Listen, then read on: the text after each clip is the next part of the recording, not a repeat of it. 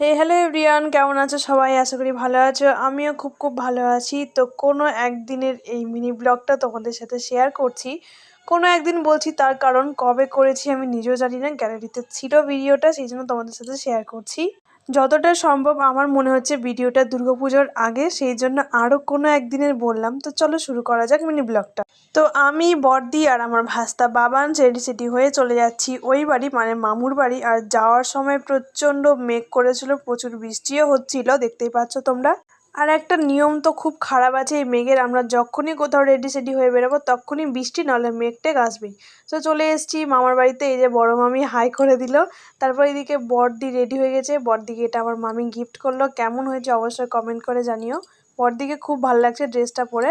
আর এদিকে মাম্মা, ভাই বোনরা সবাই খেলাধুলা করছিল, মাম্মা এখানে দাঁড়িয়ে আছে। আর সব খুশির মধ্যে আমার দিদুনকে খুব মিস করছি। দিদুন, তুমি যেখানে থাকো ভালো থাকো, সুস্থ থাকো, সবল থাকো, আর আমাকেও একটু দেখো, ভালো রেখো। আর এদিকে দেখো আমার ছোট্ট গপু ভাইটা এদিকে খেলা করছে, আর এদিকে মামা ফোন ঘাঁটছে। জানো তো, বিয়ের পর আমি এখন যে কোনো দিন গেলে মামা এত এক্সাইটেড আর এত আনন্দিত হয় কি বলবো।